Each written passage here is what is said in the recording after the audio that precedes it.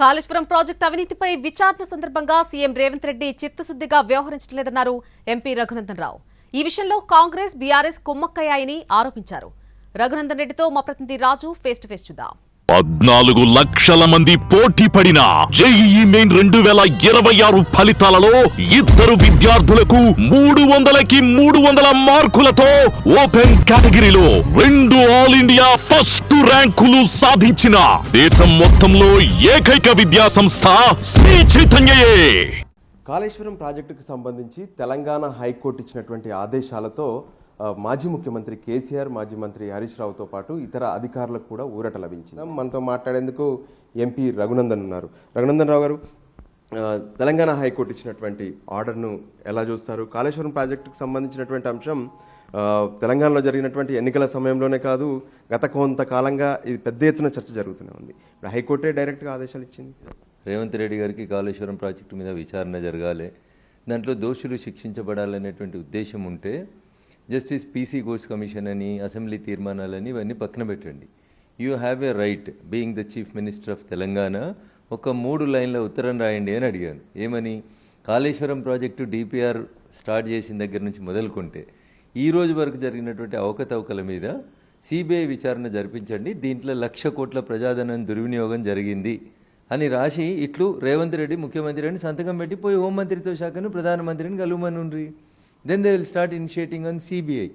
Sir, కానీ దీనికి సంబంధించి ఇప్పటికే అసెంబ్లీలో చెప్పాము, అసెంబ్లీ వేదికగా కేంద్ర ప్రభుత్వాన్ని కూడా కోరాము, సిబిఐ విచారణ జరగాలని చెప్పి కేంద్రానికి లేఖ కూడా రాశాం. కానీ ఈ విషయంలో ఇప్పటికీ కేంద్రం పట్టించుకోవట్లేదు అనేది కూడా ఒక రాజుగారు, అసెంబ్లీలో జరిగిన చర్చ పీసీ ఘోష్ కమిషన్ నివేదిక మీద చర్చ జరిగింది, దాని మీద చర్య తీసుకోమంటున్నారు మీరు.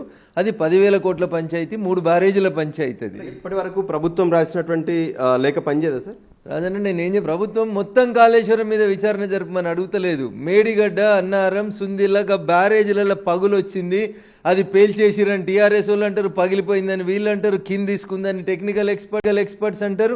అసలు ఆ ప్రాజెక్టులో ఏం జరిగింది? ప్రాజెక్ట్ అంటే ఆ 3 బ్యారేజీలే కాదు కదా, 1,00,000 కోట్లు అవినీతి అని మాట్లాడుతున్నాం కదా. రాహుల్ గాంధీని కూడా తీసుకుపోయి ఆ కట్ట మీద నిల్చోబెట్టి మాట్లాడింది కదా పీసీసీ అధ్యక్షుని హోదాలో రేవంత్ రెడ్డి గారు. ఒకవేళ కాంగ్రెస్ అధిష్టానం రేవంత్ రెడ్డి గారు టీఆర్ఎస్ పార్టీతో, కేసీఆర్ కుటుంబంతో రాజీ పడకపోతే నేరుగా ఉత్తరాన్ని రాసి మొత్తం కాళేశ్వరం మీద విచారణ జరపని అడగడం వెనకాల ముఖ్యమంత్రి గారికి ఉన్న కష్టం ఏందో చెప్పమనండి. సో ఇప్పటి వరకు ఇదంతా జరుగుతున్నా కానీ హైకోర్టు ఆదేశాలు ఇచ్చింది, ఇకనైనా ఆ 2 పిల్లలకు రిపేర్ చేసి రైతాంగం కోసం ప్రయత్నం చేయండి అంటూ బీఆర్ఎస్ మాట్లాడుతుంది. రిపేర్ డ్యామేజ్ అయినటువంటి పిల్లలని, పగిలిపోయినటువంటి వాటిని రిపేర్ చేయడం అనేది రాష్ట్ర ప్రభుత్వం బాధ్యత.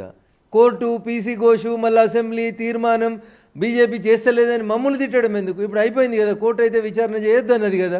Now you right A letter again.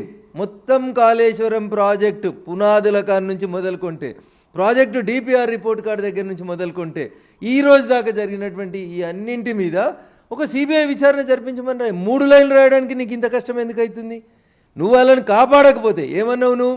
Cherlapally జైల్లో ఇందిరమ్మ ఇల్లు రెడీ అవుతుంది బిడ్డ, 2 నెలల్లో మేము అధికారంలోకి వచ్చినాక లోపలేస్తామని రేవంత్ రెడ్డి గారు చెప్తారు. రాహుల్ గాంధీని ఢిల్లీకి వెళ్ళి తీసుకొచ్చి మేడిగడ్డకు తీసుకుపోయి ఏం చెప్పిస్తారు? మేము తెలంగాణలో అమలు చేయబోయేటువంటి సంక్షేమ పథకాలకి కేసీఆర్ దగ్గర నుంచి, కేసీఆర్ కుటుంబం దగ్గర నుంచి 1,00,000 కోట్లు తిన్నై కక్కిచ్చి మేము ఆ సంక్షేమ పథకాలు అమలు చేస్తామన్నారు. సగం రోజులైంది, 1,00,000 కోట్లు కాదు 50,000 కోట్లు వచ్చినాయా? 50 రూపాయలు వసూలు చేసిరు ఆ కుటుంబం దగ్గర నుంచి. చేస్తలేరు అంటేనే ఇదంతా డూప్ ఫైటింగు. కానీ ఇటువంటి ఆర్డర్స్ కావచ్చు, వీటన్నిటి విషయంలో కేంద్రంతో కొంత దగ్గర అవుతున్నారు బీఆర్ఎస్ నేతలు, అందుకోసమే ఇటువంటి వస్తున్నాయని చెప్పి కూడా కాంగ్రెస్ ఆరోపిస్తుంది. కాంగ్రెస్ పార్టీ ఆడలేక మధ్యలో ఉన్నట్టు ఏది పడుతుంది మాట్లాడుతుంది. కోర్టులను మేనేజ్ చేసిరు, ఆర్డర్లు తెచ్చిరని ఎవరైనా మాట్లాడితే అంతకంటే మూర్ఖత్వం ఇంకేం ఉండదు. మరి అట్లాంటప్పుడు కోర్టుకి ఎందుకు నువ్వు ఆ కమిటీ నివేదికను ఎందుకు వేసినావు? ఎందుకు జస్టిస్ పీసీ ఘోష్ గారిని ఎందుకు ఆ కమిటీ నివేదికకు చైర్మన్గా పెట్టుకున్నావు? అసలు నువ్వు కమిటీ వేయాల్సిన అవసరం ఏముండే? When the state government cannot decide on the issue, నువ్వు నేరుగా అప్పుడే రాయనుంటివి సిబిఐకి. నువ్వు ముఖ్యమంత్రి అయినాక తొలి సంతకం కాళేశ్వరం అవినీతి మీద జరపండి అని కేంద్ర హోంమంత్రిత్వ శాఖకి రాయనుంటివి.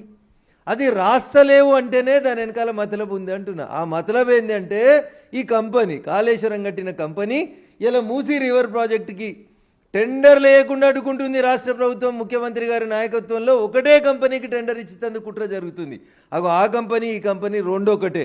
వాళ్ళు 1,00,000 కోట్లు తిన్నారు, నేను 95,000 కోట్లు తినాలి. దీనికి బ్రిడ్జ్ ఎవరంటే అదే కంపెనీ తప్ప ఇంకొకటి ఏం లేదు. రైట్, స్పష్టంగా చెప్తున్నారు ఎంపీ రఘునందన్ రావు. ఏదైతే ఇప్పటి వరకు ఈ కాళేశ్వరం ప్రాజెక్టుకు సంబంధించినటువంటి విషయంలో పీసీ ఘోష్ అనేటువంటి అంశం కాదు, నేరుగా నిన్న ఏ విధంగానైతే డిమాండ్ చేసినట్టుగా 3 లైన్లలో కేంద్రానికి అంటే కేంద్ర హోంశాఖకు ఒక లేఖ రాస్తే అప్పుడు సిబిఐ విచారణ జరుపుతుంది, అవసరమైతే తానే మధ్యవర్తిత్వం వహిస్తాను, ఆ లెటర్ తీసుకెళ్లి కేంద్ర హోంశాఖకి ఇస్తానని చెప్పి రఘునందన్ రావు అంటున్నారు. కెమెరా పర్సన్ సంజీవ్తో కలిసి రాజు, ఎన్టీవీ.